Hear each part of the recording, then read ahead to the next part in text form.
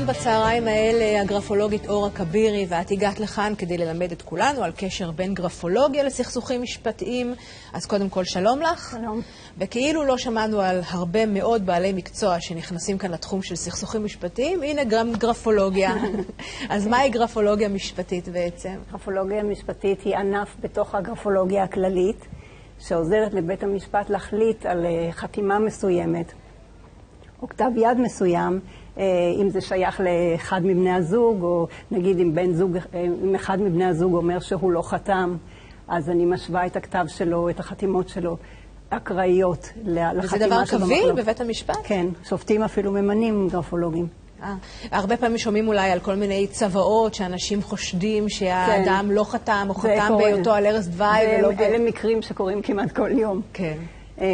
אז כמובן שמבקשים לבדוק את החתימה, האם זה באמת המנוח חתם, ואז אני משווה את זה לחתימות שלו מתאריך קרוב לזמן של החתימה, אבל לפעמים הוא היה חולה והוא בכלל לא היה יכול לחתום. את יודעת גם לזהות אם זה אותו אדם חתם, אבל הוא עשה את זה תחת לחץ או כפייה? כן, כי אם אני מקבלת את המסמך המקורי, אני יכולה לבדוק את הלחץ, את המתח, ואפשר לראות את זה. עכשיו, כשבית המשפט מופנה אלייך, איך הוא יכול להיעזר? הוא מגיש לך מסמכים, את יכולה לבדוק גם כתב יד או רק חתימות?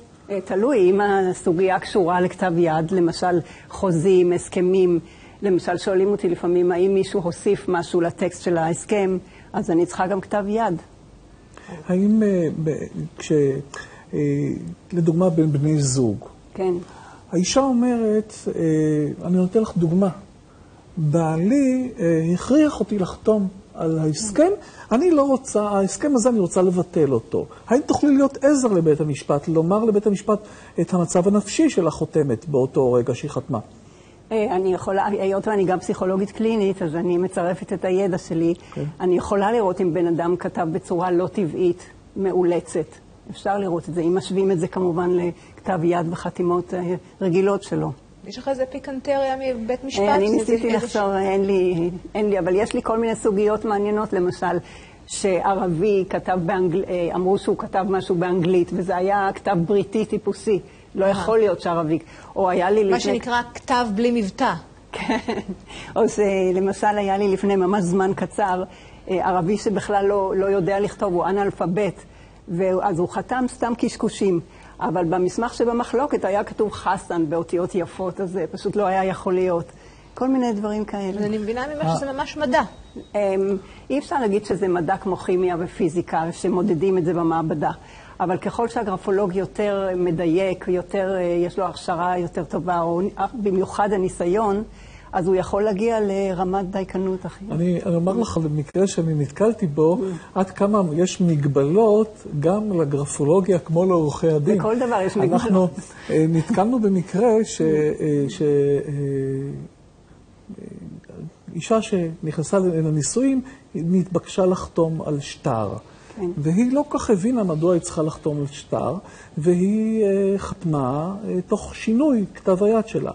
כשזה בא לגרפולוג נקבע, כמובן, שזה לא כתב היד שלה.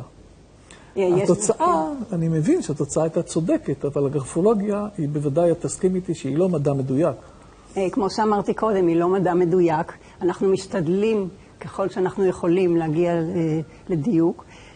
מה שאתה עכשיו אמרת זה פרק בפני עצמו, קוראים לזה זיוף עצמי. אז יש אנשים שמנסים לשנות את הכתב שלהם, אבל אפשר לראות כי המאפיינים שלהם מבצבצים מתוך הכתב, אז אי אפשר להסוות את זה. אולי הם רוצים בכלל לשדר מצוקה דרך הכתב שלהם. יש כזה סוג של תחכום? אני אעמיד פנים בכתב כדי שיעלו על זה שעשיתי את זה תחת לחץ? אין סוף למצבים. צריך להיות מאוד מודעים למקצוע הזה. זאת אחריות מאוד מאוד כבדה, מאוד. אבל מה שלמדנו היום, שכדי שאת תוכלי לבצע את עבודתך נאמנה, את זקוקה למסמכים מקוריים. בטח שאני זקוקה למסמכים מקוריים, אבל לא תמיד יש.